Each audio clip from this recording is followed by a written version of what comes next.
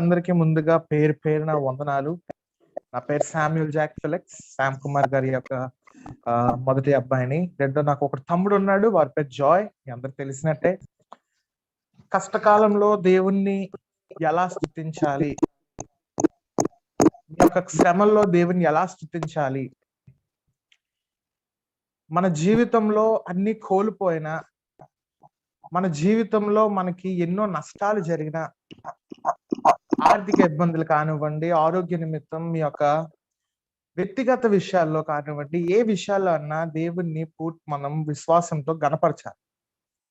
కేవలం మనం బతుకుతున్నామంటే ఈ యొక్క భయంకరమైన స్థితిలో కూడా మనం కేవలం బ్రతుకుతున్నామంటే అది కేవలం దేవుని యొక్క కృప మనపై ఉంది కాబట్టే, ఆయన యొక్క నిరీక్షణ మన మీద ఉంది కాబట్టే మనం బతుకుతున్నాం.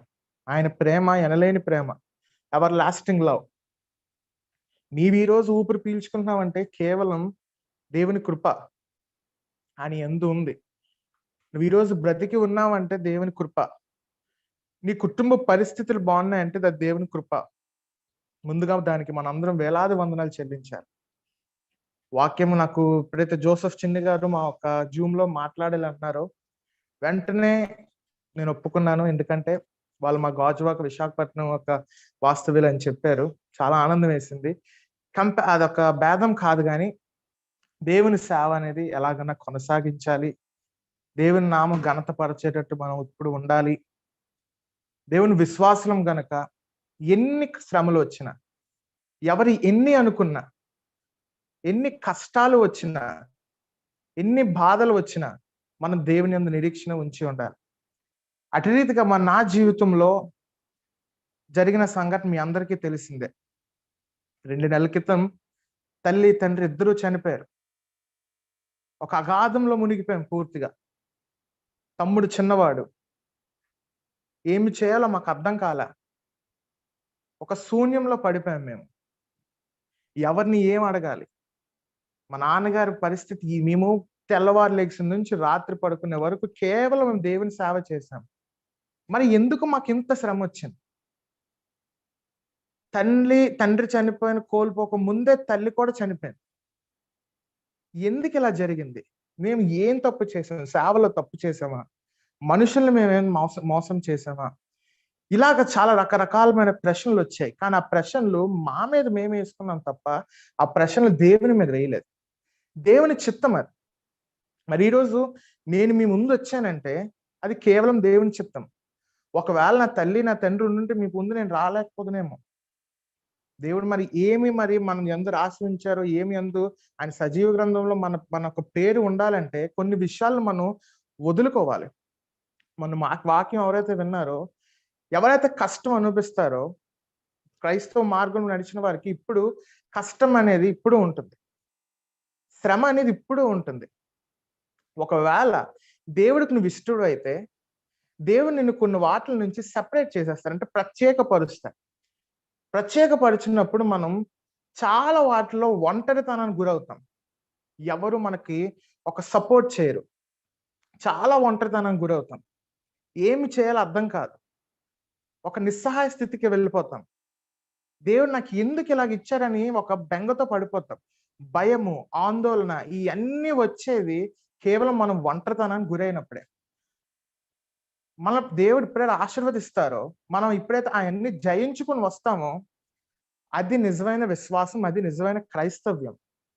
మరి అటు రీతిగా నేను గొప్పని నేను చెప్పుకోను, కానీ పూర్తిగా తల్లిదండ్రులు పోయిన ఆస్తులు పోతే మళ్ళీ సంపాదించుకోవచ్చు, ధనం పోతే మళ్ళీ సంపాదించుకోవచ్చు. కానీ మా జీవితంలో ఎంతో ప్రాముఖ్యత, ఒక ప్రేమ గలని వ్యక్తుల్ని మేమిద్దరం కోల్పోయాం. తమ్ముడు, నేను, అమ్మ నాన్న. ఏం చేయాలో అర్థం కాల. నిద్ర పట్టలేదు. భయం వేసింది, చాలా భయం వేసింది. నాన్న చనిపోయిన ఒక ఇంటికి పెద్ద దిక్కు లేరని భయం వేసింది. ఈ భయపడుతున్న వేళ నా తల్లి కూడా చనిపోయింది. తల్లి చనిపోవడంతో నాలో ఆందోళన మొదలైంది. ఏమి చెయ్యాలో అర్థం కాల. ఒక పూర్తి నిస్సహాయ స్థితికి వచ్చేసాను. తండ్రి, ఇంకా మమ్మల్ని కూడా తీసేసుకో దయచేసి, ఈ యొక్క నరక వేదాన్ని మేము అనిపించలేకపోతున్నామని చాలా ఏడ్చాం. నేను, తమ్ముడు చిన్నవాడు. కానీ మరి దేవుడు మరి మాలో ఎంత ధైర్యాన్ని నింపాడంటే కేవలం మరి దేవుని కృప మా మీద ఉంది కాబట్టి, ఈరోజు ఎంత ధైర్యంగా నించున్నాం కాబట్టి, ఈరోజు ఎంత బలంగా నించున్నాం కాబట్టి, ఈరోజు ఎంత విశ్వాసంతో మేము నించున్నాం కాబట్టే ఎంతో మంది దైవజనులు మనం కోల్పోయాం ఈ కరోనా వల్ల. మీ అందరికీ తెలిసిందే. దైవజనులు పిల్లలు లెగిశారు ఈరోజు. మనం 50 మంది సేవకులు పోయామని చెప్పి చాలా చింతించాం. దేవుడు ఉన్నాడా అన్న స్థితికి అందరూ వెళ్ళిపోయాం. కానీ దేవుడు ఉన్నాడని 50 మంది సేవకులు చనిపోతే 100 మంది సేవకులు దేవుడు రేపారు. దానికి మనం వేలాది వందనాలు చెల్లించాలి. నాన్నగారు చనిపోయినప్పుడు మా సంఘస్థులు అందరూ బెంగ పెట్టుకున్నారు, భయపడిపోయారు. ఇంత పెద్ద ఆయన, ఇంత పెద్ద పరిచయం చేసిన వ్యక్తే చనిపోయారు అనేసరికి 2 సేవకులు దేవుడు లేపారు, నన్ను నా తమ్ముడిని. నేను ఇక్కడ ఉండకుండా అసలు నేను బెంగళూరు వెళ్ళి సెటిల్ అవుదాం అనుకున్నాను. చాలా చాలా నా ప్లాన్స్ వేసుకున్నాను. ప్లాన్స్ వేసుకున్న టైంలో నాన్నగారు కొన్ని నాట్లో నన్ను సపోర్ట్ చేసేవారు కాదు. మరి ఆయన ఆఫీస్లో ఆయన పరిచయాలను ఎందుకు భాగం చేసుకున్నా మరి నాకైతే తెలియదు. కానీ దేవుని చిత్తం ఉంది కనుక అవన్నీ నేను ధైర్యంగా చేయగలుగుతున్నానంటే కేవలం ఆయన వెనక నేను ఉన్నాను. దేవునికి తెలుసు పలానా రోజు మా నాన్నగారు వెళ్ళిపోతారు అని. దేవునికి తెలుసు పలానా రోజు మా అమ్మగారు వెళ్ళిపోతారని. అట్టి రీతిగా దేవుడు మమ్మల్ని ఒక శిక్షణ ఇచ్చి మమ్మల్ని నించోబెట్టారు. ఒకవేళ నువ్వు ఒంటరితనానికి గురవుతున్నావంటే, ఒకవేళ మీ జీవితంలో మీకు ఎటువంటి ఆదరణ లేదంటే, ఒకవేళ మీ జీవితంలో పూర్తి విశ్వాసం కోల్పోతున్నారంటే దాని అర్థం దేవుడు మిమ్మల్ని శిక్షిస్తున్నాడని కాదు. దేవుడు మీకు శిక్షణ ఇస్తున్నాడు, ట్రైనింగ్ ఇస్తున్నారు. ట్రైనింగ్. పాపం నుంచి, భయం నుంచి ఎలా బయటికి రావాలి, ఆందోళన నుంచి ఎలా బయటికి రావాలి, విశ్వాసం అనేది మన కష్ట సమయంలో ఎలా ఉండాలి, అది శిక్షించడం కాదు. చాలా మంది ఏమనుకుంటారంటే అంతమంది అయితే చనిపోయారో దేవుడిని పాపాత్మలు అందరూ వెళ్ళిపోయారు అని చాలా మంది ఎన్నో మాటలు వింటున్నాం. చాలా మంది మేమే కాకుండా ఎంతో మంది పిల్లలు అనాథలు అయిపోయారు. వాళ్ళందరూ గురించి మనం ప్రార్థించాలి. మనం దేవుడికి వేలాది వందనాలు చెల్లించాలి. ఇట్టి స్థితిలో కూడా దేవుడు మీ కుటుంబాన్ని కాచి కాపాడుతున్నాడంటే కేవలం దేవుడు మీపై చూపిస్తున్న కృప. మనం అందరం దానికి వేలాది వందనాలు చెల్లించాలి. ఇప్పుడు చాలా అంశంకి వస్తే, భయము అనేది మన జీవితంలో చాలా భయంకరమైన బాధల్లోకి తోసేస్తుంది. భయం వల్ల మనం పని చేయలేం. భయం వల్ల ఆరోగ్యం క్షీణిస్తుంది. ఈ భయం వల్ల నువ్వు పూర్తిగా నీ లైఫ్ స్టైల్ అనగా నీ జీవన శైలి మొత్తం మారిపోతుంది. కేవలం భయం వల్లే. దేవుడు భయాన్ని ఎదుర్కోమన్నాడు. మనం చూసినట్లయితే ఇశ్రాయేల్ జనాన్ని మోషే గారు తీసుకురమ్మన్నప్పుడు మోషే 12 మంది వేగులను పంపారు. చూసినప్పుడు ఆ 12 మంది అక్కడ ఆజానుబాహులే ఉన్నారు. వాళ్ళందరూ చూసి ఆ పంటను చూసి, ఆ మనుషుల్ని చూసి వాళ్ళు భయపడిపోయారు. ఇంత పెద్ద బలార్జుల్ని మేము ఎలా ఎదుర్కొంటాం, ఇంత పెద్ద పట్టణాన్ని మేము ఎలా ఎదుర్కొంటాం, మాకు యెహోవా దేవుడు ఇంత పెద్ద పని ఇచ్చాడు, మేము ఎలా ఎదుర్కొంటాం వీళ్ళందరినీ అని చాలా భయపడిపోయారు ఆ 12 మంది. ఆ 12 మంది మళ్ళీ మోషే దగ్గరికి వచ్చి మోషేకి చెప్పారు, అలా ఉన్నారు, వాళ్ళు మనల్ని ఏమి కాకుండా చంపేస్తారు, మనం వాళ్ళ దగ్గర ఎందుకో పనికిరాం అన్నప్పుడు ఆ 12 మందిలో 10 మంది భయపడిపోయారు. అక్కడ ఉన్న పరిస్థితులను చూసి, అక్కడున్న ఆ మనుషులను చూసి, ఆ విషయాలను చూసి వాళ్ళు భయపడారు. కానీ ఇద్దరు మట్టుకు భయపడలేదు. వాళ్ళిద్దరిలో ఒకరి పేరు కాలేబు. కాలేబు దేవుని యందు విశ్వాసం ఉంచాడు.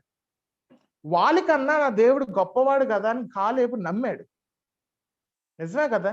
నీ సమస్యల్లో నువ్వు భయపడుతున్నావంటే అది నీ సమస్య ఆర్థిక ఇబ్బంది కావచ్చు, నీ పిల్లల జీవితం నిమిత్తం కావచ్చు, నీ పిల్లలు ఈ తల్లిదండ్రుల భవిష్యత్తు గురించి కావచ్చు.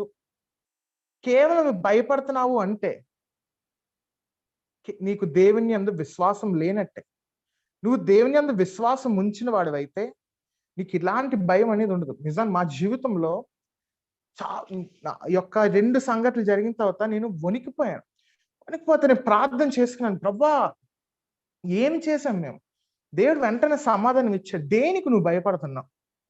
నువ్వు చేసే కార్యములన్నిటిలో నేను ఉంటాను. బౌద్ధికంగా ఉండకపోవచ్చు, కానీ నీకు ఏ శ్రమ వచ్చినా, నీకు ఏ కష్టం వచ్చినా, నువ్వు ఏ కార్యము చేయాలనుకున్నా నీ పక్కనే నేను నడిపిస్తాను. దావీదుని ఎటువంటి రీతిగా గొలియాతుని చంపాడు, మోషే ఆ ఇశ్రాయేల్ జనాన్ని బానిసత్వం నుండి విడిపించి తీసుకొచ్చాడు, అట్టి రీతిగా నీ వెనక నేను అన్ని విషయాల్లో నేను ఉంటాను. దేనికి భయపడుతున్నావు?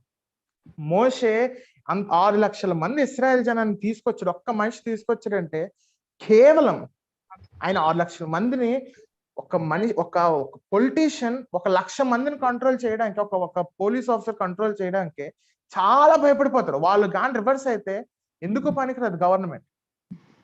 అలాంటిది 6 లక్షల మంది ఒక మనిషి తీసుకొచ్చాడు. ఆ మనిషికి కావాల్సిన ధైర్యం, ఓర్పు, సహనం కేవలం దేవుని ఇచ్చి. అలాంటి ధైర్యం నీ జీవితంలో ఉండాలి. ఒకవేళ నీకు సమస్య వచ్చినట్లయితే ఈ రాత్రి, ఒకవేళ నీ జీవితంలో ఏదైనా కోల్పోయినట్లయితే భయపడకు, చింతించవద్దు. దేవుని కొన్ని ఆటలు ప్రత్యేకపరిచినప్పుడు కొన్ని ఆటలు మనం కోల్పోతాం. మా జీవితంలో తల్లిదండ్రులు కోల్పోయాం, అది దేవుని నిర్ణయం.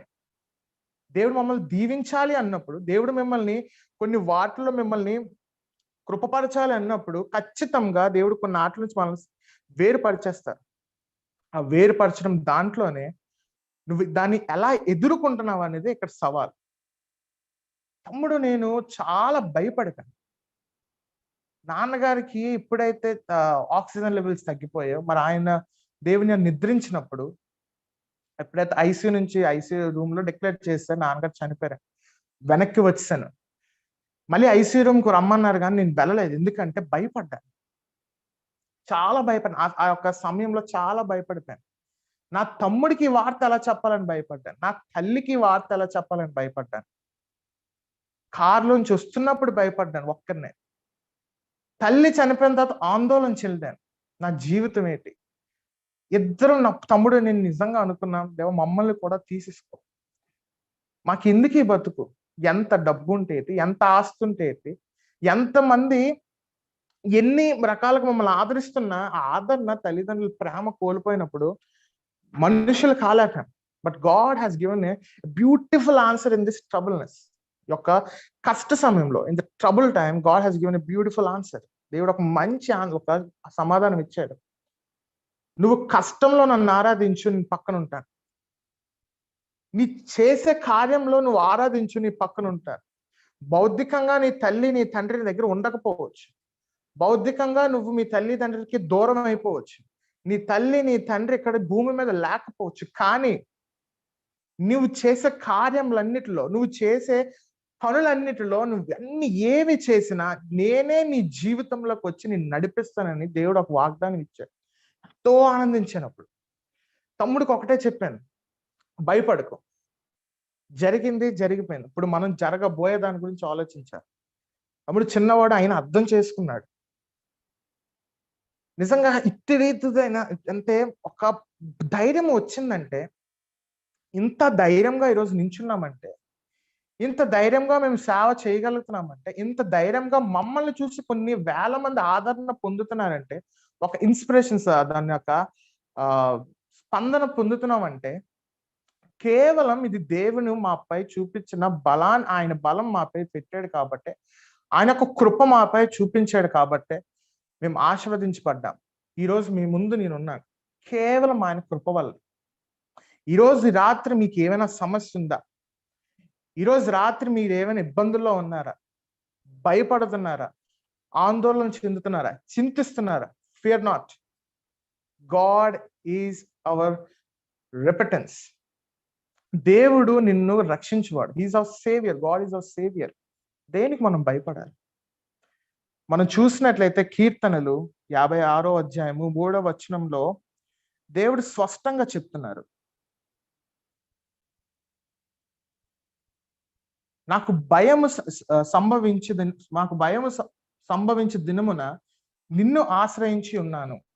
నీకు భయం వేసినప్పుడు, నీకు ఆందోళన కలిగినప్పుడు, నీ జీవితంలో ఏదన్నా ఒక శ్రమ, ఒక భయంకరమైన శ్రమ వచ్చినప్పుడు కేవలం దేవుని తలంచుకో, దేవునికి ప్రార్థించు. మోషేను ఉదాహరణగా మనం తీసుకున్నట్లయితే 6 లక్షల జనాంగాన్ని మోషే తీసుకొచ్చాడంటే కేవలం ఆయన ప్రార్థన ద్వారా ధైర్యాన్ని పొందాడు, ప్రార్థించాడు.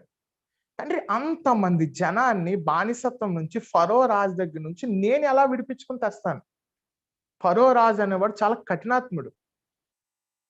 బానిసత్వంలో ఉన్న ఇశ్రాయేల్ జనాన్ని నేను ఎలా తీసుకొస్తాను అన్నప్పుడు యెహోవా దేవుడు ఒకటే అన్నాడు, నన్ను అనుసరించు, నీ పక్షాన నేను అన్ని చేస్తానన్నాడు. దేవుని లేఖనాలు ఎంత చక్కగా ఉన్నాయి చూడండి. నాకు భయం అంటే నీకు భయం వేసినప్పుడు సంభవించిన దినమున నిన్ను ఆశ్రయించుచున్నాను. దేవుడు మనల్ని ఖచ్చితంగా నీకున్న భయములో కానీ, నీకున్న ఇబ్బందుల్లో కానీ నువ్వు దేవునికి విధేయతతో ప్రార్థన చేసినట్లయితే దేవుడు దానికి ఖచ్చితంగా సమాధానం ఇస్తాడు, నీకు నెమ్మదిని కలుగు చేస్తాడు. మన జీవితాల్లో చాలా నాకు విశ్వాసుల్లో, మా యొక్క విశ్వాసులకు నేను ఇప్పుడు చెప్పేది ఏంటంటే, దేవుడిని అందు పూర్తి భరోసా, పూర్తి విశ్వాసం దేవుడి మీద వేశాడు. అబ్రహాము పూర్తి విశ్వాసం దేవుడి మీద ఉంచాడు కాబట్టి ఈరోజు అబ్రహాం దీవించబడ్డాడు, ఒక రాజుగా, ఒక ధనవంతుడిగా ఎదిగాడు. కేవలం దేవుని అందు విశ్వాసం ఉంచాడు కాబట్టి దేవుడు ఆయన్ని ఆశీర్వదించారు. అట్టి రీతిగా మనం దేవునికి ప్రార్థించినప్పుడు చాలా మందిలో ఉన్నది ఏంటంటే, విశ్వాసం పేరుకి ఆ ఒక్క క్షణానికి ఉంచుతారు అంతే. మిగతా ఒక ప్రేయర్ అయిపోయిన తర్వాత వాళ్ళు వెంటనే విశ్వాసం కోల్పోతారు. నాకు ఈ పని జరుగుతుందా లేదా, నాకు ఈ పని అవుతుందా లేదా అని ఒక లోకానుసారమైన పనుల్లోకి వెళ్ళిపోతారు. చాలా మంది విశ్వాసుల్లో ఉన్నది అదే. యవనస్తులు అయితే చెప్పవసరం లేదు, వాళ్ళు కష్టం వస్తే దేవుని దగ్గర రారు. చాలా మంది ఇప్పుడు బాధపడుతుంది ఏంటంటే, ఎంతో మంది యవనస్తులకి ప్రార్థన చేయడం రాదు. ప్రార్థన అనేది యేసు ప్రభుకి మనకి అంటే relation between God and you, దేవునికి నీకు ఉన్న మధ్యలో ఉన్న సత్సంబంధం అనేది ప్రార్థన. ఈరోజు నేను మీ ముందు మాట్లాడుతున్నానంటే ఈ జూమ్ యాప్ వల్ల నేను మాట్లాడుతున్నాను. అట్టిగా మీ దేవునితో మాట్లాడంటే ప్రేయర్ అనే యాప్ నీ యొక్క హృదయంలో ఉండాలి, నీ జీవితంలో ఉండాలి. చాలా మంది యవనస్తుల జీవితాల్లో ప్రార్థన అనేది లేదు, లోకానుసారంగా వెళ్ళిపోతారు. వాళ్ళకి కష్టం వస్తే అప్పుడు మందిరానికి వచ్చి పాస్టర్ గారి దగ్గర కాళ్ళు పట్టుకుంటారు, పాస్టర్ గారు నాకు ఈ శ్రమ వచ్చిందండి, నాకు ఈ శ్రమ పోయేటట్టు చేయండి అని. చూసారా, పోయేటట్టు. అంతేగాని తట్టుకునేటట్టు ఇప్పుడు ప్రార్థించే మన విశ్వాసంలో ఉన్న పెద్ద మైనస్ పాయింట్ ఏంటంటే, సమస్య పోవాలని ఉంటారు తప్ప సమస్యను జయించాలి, సమస్యను తట్టుకోవాలి, సమస్య ద్వారా జయించుకొని దేవుని ఘనత చెందించాలని ఎవ్వరికీ ఉండదు. నాకు అదే బాధేస్తుంది. ఈ రోజు తమ్ముడు నేను ఇలా నించున్నామంటే సమస్యను ఎదిరించాం కాబట్టి, ఆ యొక్క చావుని ఏదైతే ఉందో దాన్ని మేము పక్కకు త్రోసి మమ్మల్ని ఏమీ చేయలేదు, ఈ చావు, ఈ సాతాను కూడా మాకు పెద్ద లెక్క కాదు అని ఈరోజు మేము పక్కకు త్రోసి వేశాం కాబట్టే ఇంతమంది మమ్మల్ని ఆదరించారు, ఇంతమంది మమ్మల్ని ఒక స్ఫూర్తిగా తీసుకున్నారు. చాలా ఆనందం వేసింది. ఎప్పుడైతే అమ్మా నాన్న చనిపోయారో ఎంతో మంది చాలా ఆదరణకరమైన మాటలు చెప్పారు, సానుభూతి మెసేజెస్ చాలా మంది పంపినప్పుడు చాలా బాధ వేసింది. ఇంత స్థితిలో దిగిపోయామా అన్నప్పుడు నేను ఎప్పుడైతే దేవునితో మాట్లాడి ఒక వీడియో ఏదైతే చేశానో వెంటనే మీ నమ్మరు అందరూ అన్న ఏం బలంగా నిల్చున్నా, దేవుడు బలం నీపై ఉందన్న, దేవుని యొక్క శక్తి ఖచ్చితంగా నీ పైన పనిచేస్తాను, నువ్వు ధైర్యంగా వెళ్ళన్నా అని ఎంతో మంది ఆదరించాడు. అటు వాళ్ళందరికీ వందనాలు. నిజంగా దేవుడికి నిజంగా ఎంతో మనం ఘనత చెందించాలండి. ఎన్నో కార్యములు చేసిన దేవుడు, ఎన్నో ఇబ్బందుల్లో మనల్ని కాపాడిన దేవుడిని మనం చాలా మంది ఏం చేస్తామంటే మన అవసరాల కొరకే మనం వాడతాం. నో, ఈ రాత్రి అలా చేయొద్దు. ఒకవేళ నీకు ఏమైనా కష్టం ఈ రాత్రి ఉన్నట్లయితే సామెతలు 3వ అధ్యాయము 5వ వచనం మనం చూసినట్లయితే దేవుడి లేఖనాలు ఇటు రీతిగా చెప్తున్నాయి. నీ స్వబుద్ధిని ఆధారం చేసుకుని పూర్ణ హృదయంతో యెహోవా యందు నమ్మిక ఉంచుము. పూర్ణ ఆత్మతో, త్రూ యువర్ హోల్ హార్టెడ్, దేవుడి దగ్గర పూర్తి నమ్మకం పెట్టు. ఒకవేళ ఎప్పుడైనా ఒక మనిషిని మనం ఎప్పుడైనా అనుసరించాలంటే, ఉదాహరణకి ఒక మనిషి మనం నమ్మాలి అంటే ముందుగా ఆ మనిషి మీద మనకి కాన్ఫిడెన్స్ ఉండాలి. ఈ మనిషి పని చేయగలడా, రెండోది నమ్మకం ఉండాలి. యేసుప్రభు వారు ఇన్ని అద్భుతాలు చేశారు. నిజంగా మనకి ఊహకందని అద్భుతాలు చేశారు. అలాంటి దేవుడి మీద నీకు కాన్ఫిడెన్స్ ఉండాలి, నమ్మకం ఉండాలి. నువ్వు చేసే కార్యములన్నిటిలో యేసుప్రభుని నమ్మిక ఉంచి పూర్ణ ఆత్మతో ఆయన నమ్మినట్లయితే నీ జీవితంలో ఈ రాత్రే నీ యొక్క సమస్యలకి సమాధానం దొరుకుతారు. ఎస్, చాలా మంది భయపడిపోతున్నారండి చిన్న చిన్న విషయాలకి. ఎగ్జామ్స్ గురించి, రిజల్ట్స్ గురించి ఎంతో మంది భయపడుతున్నారు. చిన్న ఆర్థిక ఇబ్బందుల గురించి, ఇంక ఈ సబ్జెక్ట్ మేము పాస్ అవ్వవేమో చాలా మందికి. నిజంగా అలాంటి ఇప్పుడు ఏదన్నా లోకానుసారమైన సమస్య వచ్చినప్పుడు దేవునికి చెప్తావేమో, ఆ ఎగ్జామ్ అవ్వనివ్వండి, ఆ యొక్క సమస్య అవ్వండి, ఆర్థిక ఇబ్బంది అవ్వనివ్వండి, దేవుని చిత్తం ఏదైతే ఉందో దాన్ని మనం అంగీకరిద్దాం. ఈ రాత్రి నీకు ఒకవేళ శ్రమ ఉండొచ్చు, ఆ శ్రమను తట్టుకో, ఆ శ్రమలో జయించు. దేవుని ఆశీర్వాదాలు నీ వెంట ఉంటాయి. ఉదాహరణకి మేమే చాలా భయపడిపోయాం.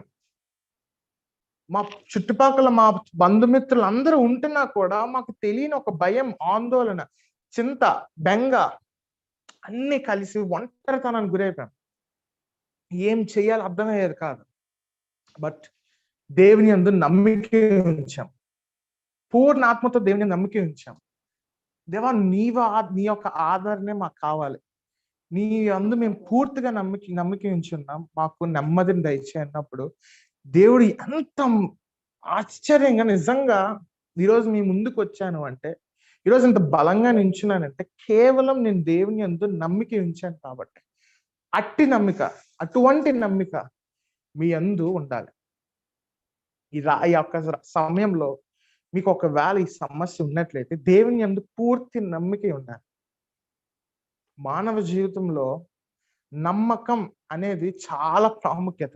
ఒక మనిషిని నమ్మాలి అంటే చాలా భయం. అసలు ఈ యొక్క స్థితిలో, ఈ యొక్క పరిస్థితుల్లో మనం ఏ మనిషిని నమ్మలేని స్థితిలో మనం ఉండిపోయాం. పిల్లల్ని నమ్మలేం, నీ తల్లిదండ్రులు నమ్మలేదు, తల్లిదండ్రులు పిల్లలు నమ్మలేదు, స్నేహితులు నమ్మలేం, ఎవరిని మనం నమ్మలేం. నరులను ఆశ్రయించడం కంటే యెహోవాను ఆశ్రయించటం మేలని బైబిల్ గ్రంథం చెప్పినట్లు, నువ్వు మనుషులను ఆశ్రయించినప్పుడు మనుషులు చాలా మంది లోకానుసారమైన ఒక ఐడియాస్ ఇస్తూ ఉంటారు, ఆలోచనలు ఇస్తూ ఉంటారు. దేవుడు ఒకవేళ దేవుడు నీతో మాట్లాడాలంటే ప్రార్థన చేయి. దేవుడు ఖచ్చితంగా నీతో మాట్లాడతాడు, ఖచ్చితంగా దానికి ఒక సమాధానం ఇస్తాడు.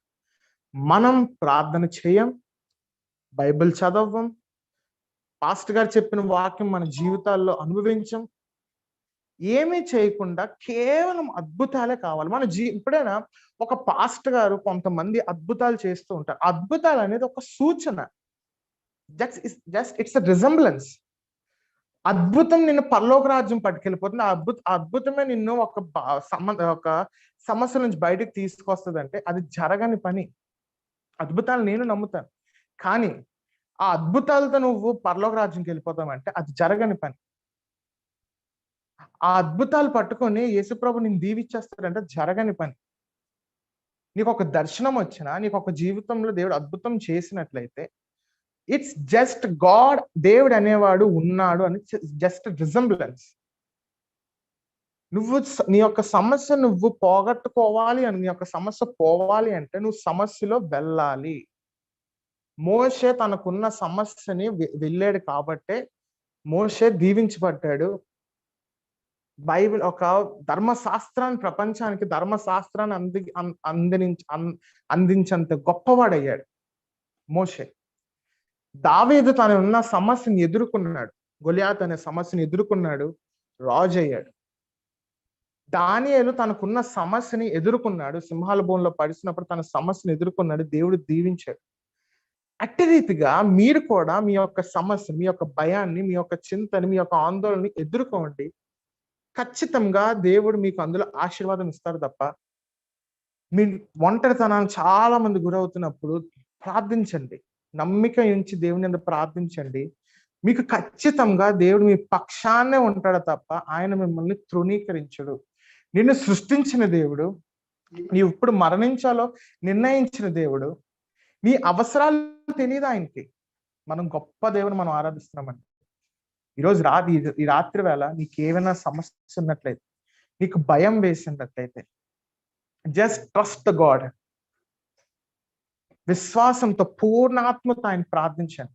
మనం చూసినట్లయితే చాలా మంది ఎన్నో ఒక వాళ్ళ ఇష్టం ఒక సలహాలు ఇస్తుంటారు. ఉచిత సలహాలు అంటారు వాటిని. నీ యొక్క సమస్యలు ఉన్నప్పుడు ఆ సలహాలు కూడా నిన్ను తప్పు త్రోవకి నేను దారి తీస్తారు. జాగ్రత్త. లోకానుసారంగా చాలా మంది ఒక అన్యులు చెప్పే మాటలు, లేకపోతే లోకానుసారమైన మనుషులు చెప్పే మాటలు విని వాళ్ళు పరిశుద్ధాత్మైన జీవితాన్ని పోగొట్టుకుంటారు.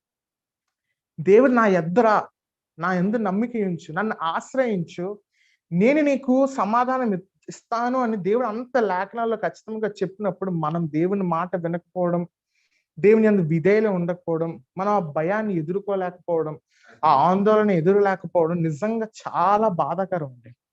మనం 1 యోహాను 1వ అధ్యాయము 9వ వచనం చూసినట్లయితే, మన పాపములను మనం ఒప్పుకొని ఎడల ఆయన నమ్మదగిన వాడను నీతిమంతుని గనుక ఆయన మన పాపములు క్షమించి సమస్త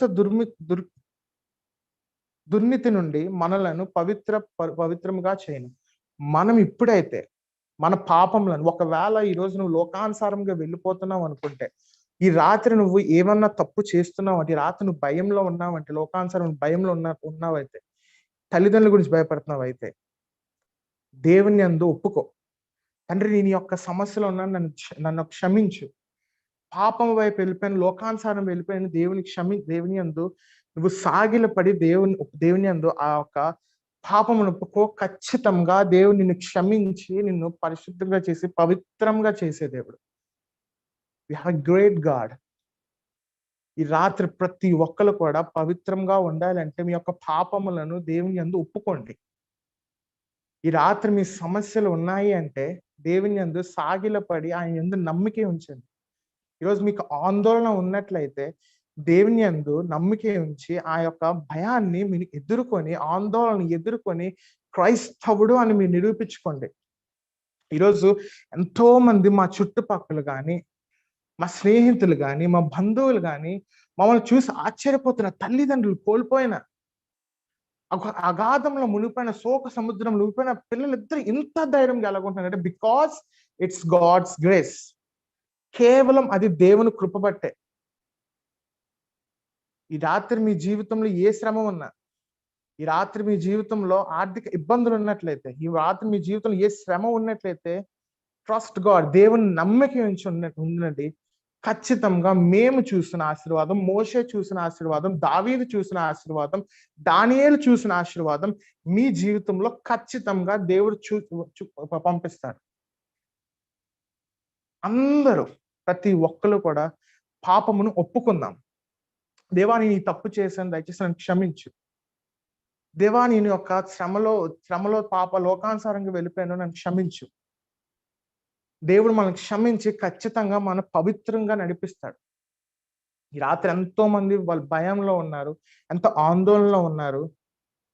వాళ్ళకి సమాధానమే ప్రార్థన. దయచేసి అందరు కళ్ళు మూసుకున్నట్లయితే ప్రార్థన చేసి ఈ యొక్క సమయాన్ని ముగించుకుందాం. దయచేసి అందరు ఎక్కడున్నారు వాళ్ళు, ఒకవేళ మీకు ఏమైనా అనారోగ్యం ఉన్నట్లయితే, ఒకవేళ మీకు ఏమైనా ఇబ్బందులు ఉన్నట్లయితే, దయచేసి అందరు ప్రార్థిద్దాం. దయచేసి మోకరించి మన 2 చేతుల పైకి దేవుణ్ణి ఆరాధిస్తూ,